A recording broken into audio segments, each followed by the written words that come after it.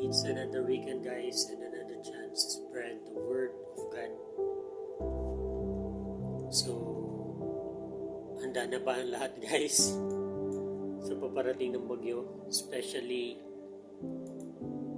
Isabela or buong Luzon, no? Central and Northern Luzon, yung track ng bagyo. So, if handa na kayo, let's put our trust in God.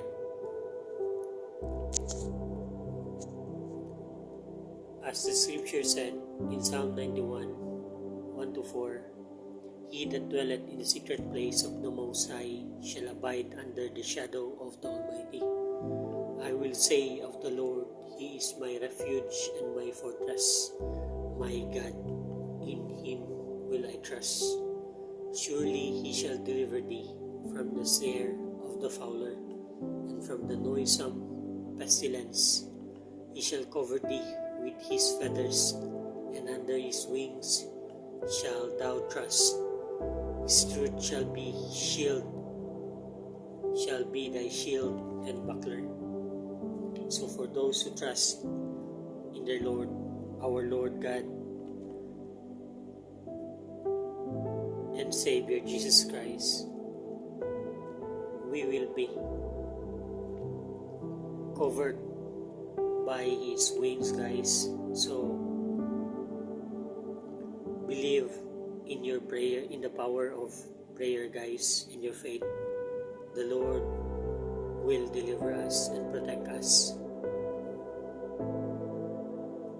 So be of good courage. So this video is about the parable of the persistent widow. So napakaganda ng parable nito, guys, and you can learn something beautiful and encouraging in this story, in this parable. So if you have time, please lend me your ear, guys, and let's learn together. So in Luke 18:1-8, it is said, and He spake a parable unto them to this end, that men ought always to pray and not to faint, saying, ito na yung parable, there was in a city a judge which feared not God, neither regarded man. And there was a widow in the city, and she came unto him, saying, avenge me of mine adversary.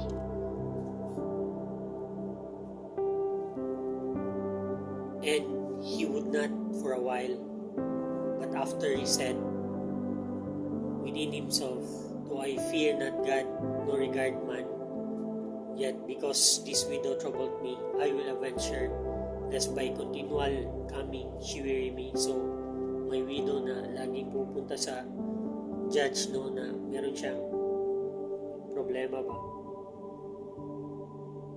So,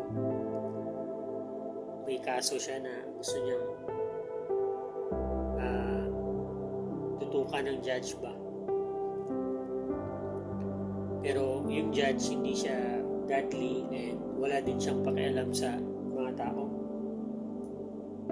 So, because yung widow is makulit, laging pupunta, nakukulitan na yung judge, no? So kahit hindi siya godly, hindi siya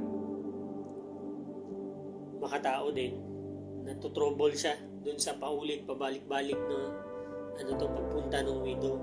Yung sabi niya, yet because this widow troubled me, I will avenge her, lest by her continue coming she weary me. So pag-desisyon na siya, sige, tututukan ko na lang tong kaso nito, tutulungan ko na lang siya kasi makulit at it makes me weary ba. Lagi niya siguro pumapasok pa sa isip niya ba, marami na siyang iniisip, tapos yun nga, yung widow pa, lagi niyang naiisip din siguro nga dahil sa kakulitan. And the Lord said in verse 6, Hear what the unjust judge said. In verse 7, And shall not God avenge his own elect, which cry day and night unto him, though he bear long with them? I tell you that he will avenge them speedily. Nevertheless, when the Son of Man cometh, shall he find faith on the earth? So, yun yan, sabi ng Lord. Nakita niyo ba, narinig niyo ba yung sabi ng unjust judge? Ni-revenge niya yung widow. Bakit? Kasi continually praying, asking ba na matingnan yung kaso niya. So, what more, God, for His chosen one, for His elect, for those who believe in Him and trust in Him wholeheartedly. Surely, God will avenge His elect speedily. So, mabilis, no? Na tututukan ng Panginoon ang ating mga dasal, ang ating mga pangangailangan if we pray continually to God. So, that is the power of prayers, guys.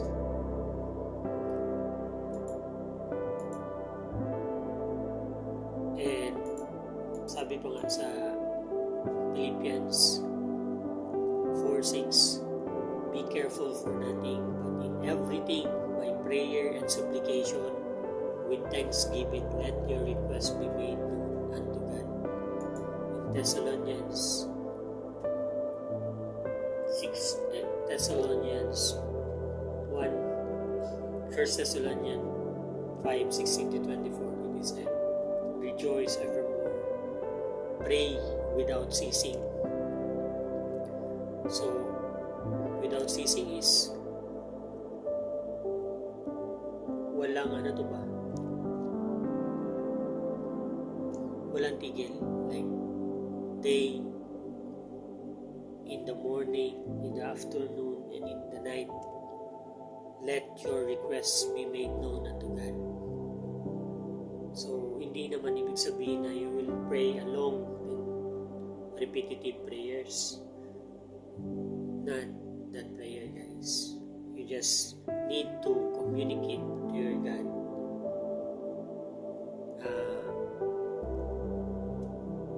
Frequently. Na hindi lang every time na kailangan natin ng tulong sa tayo, lumalapit at nagdadasal. No. Let's make it a habit. Before we sleep, we pray. And before we start when we woke up in the morning, before we start our day, let's pray. So, in the afternoon, or in everything that you do, let's pray and acknowledge our God.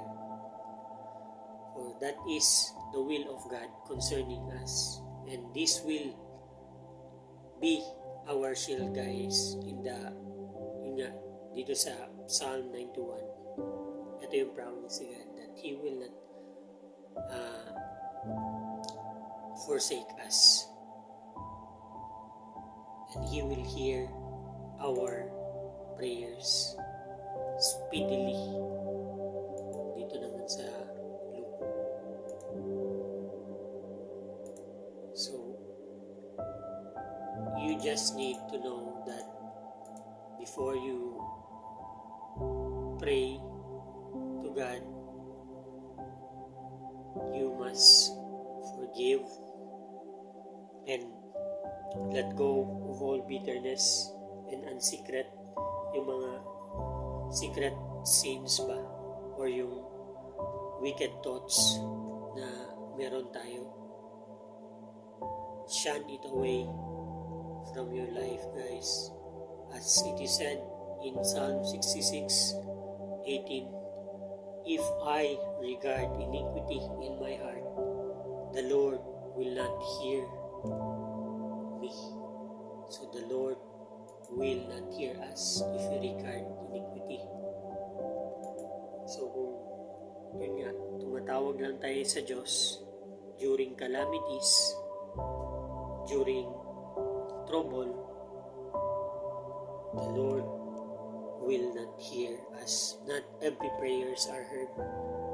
Siyempre, the Lord will ponder our heart and He will save those who love Him.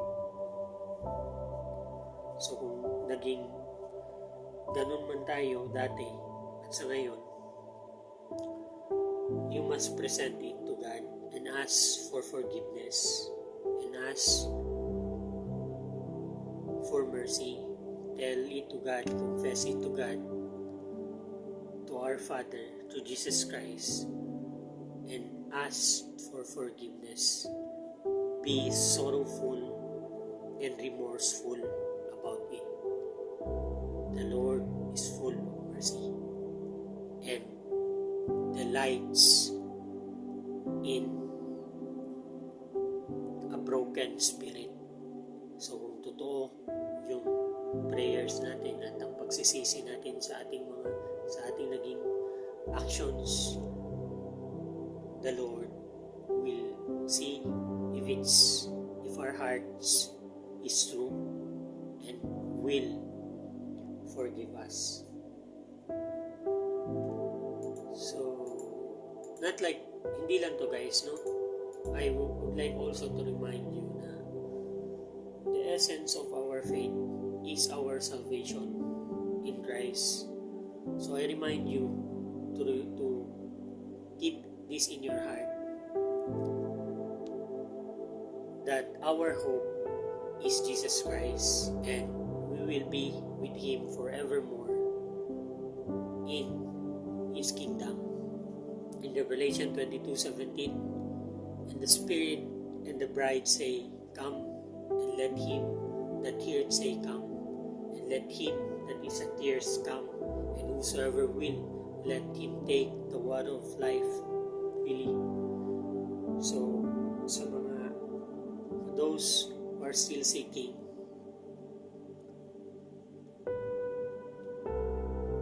why not try Jesus Christ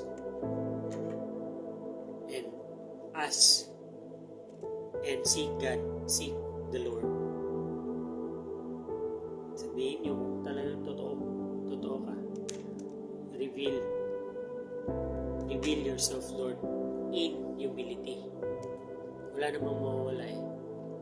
But you will lose everything if Christ is the truth. So I'm telling this to those who are still looking and searching for their faith. In Romans 10:8 to 10, the last scripture, but what said it, the word is nigh thee, even in thy mouth and in thine heart. That is the word of faith which we preach, that if thou shalt confess with thy mouth the Lord Jesus, and shalt believe in thine heart that God hath raised him from the dead, thou shalt be saved. So confession